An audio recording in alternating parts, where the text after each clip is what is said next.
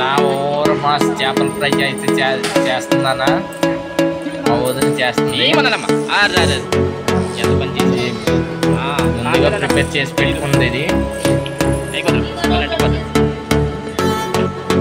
కోడిగుడ్డు, ఉప్పు, కారం, చేపల ఫ్రై మసాలా, ఇంకా కొద్దిగా గరం మసాలా కూడా వేసుకుంటారు.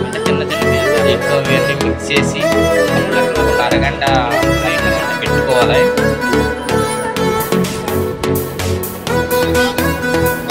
పక్కన పెట్టిన తర్వాత ప్యాన్ హీట్ ఎక్కిన తర్వాత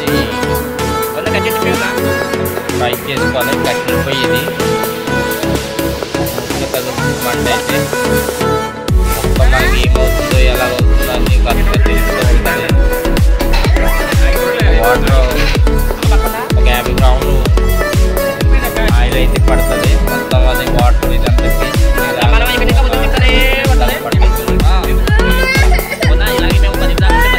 దగ్గరికి అయితే వచ్చింది.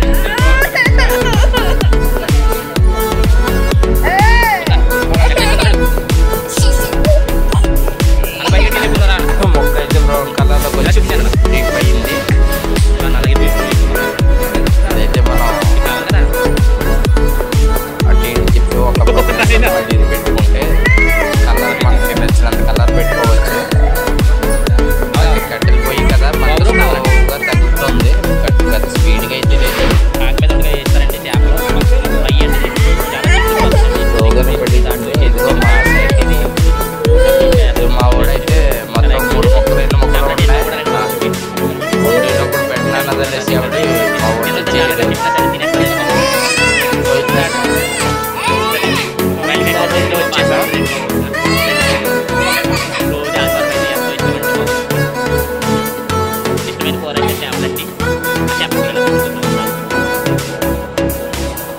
మా సైట్ ఇది సైడ్ అనేసి చేపలు తెచ్చుకున్నాం.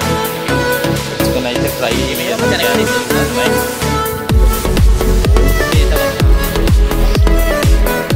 చాలా ముక్క అయితే మాత్రం చాలా బాగుంటుంది. ఇది చాలా నీట్గా ఆయిల్ లాగేస్తుంది. ఎంత ఆయిల్లో గుడ్డ అన్న అని అనుకోవడం లేదు. ఫ్రెష్గా ఆయిల్ ఒక 50 గ్రాముల ఆయిల్ వేసి 3 చేపల ముక్కలు అయిపోతాయి. 50 గ్రాముల కంటే తక్కువ వేసుకున్నా ఏం కాదు. అది ఆయిల్ అలా దాని మీదనే జరిగిపోద్ది. అంటే మంట స్లోగా ఉండాలి.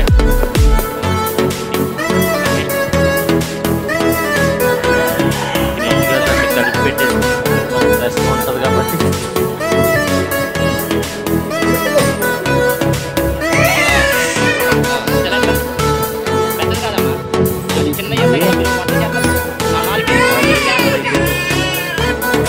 చేపల ఫ్రై అయితే రెడీ అయిపోయింది. చేపల ఫ్రై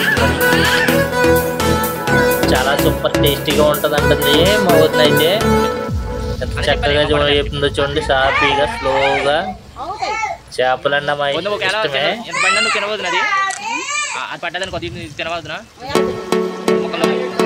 3 ముక్కలు 4 ముక్కలు మా వదినకే.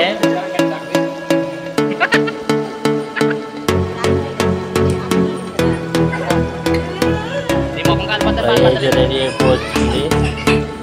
ఇదంతా ప్రాసెస్ అవ్వడానికి 25 minutes పడుతుంది. కాయలు కూడా 0 అయిపోయేటప్పుడు పక్కనైతే పులచేపలు పులుసు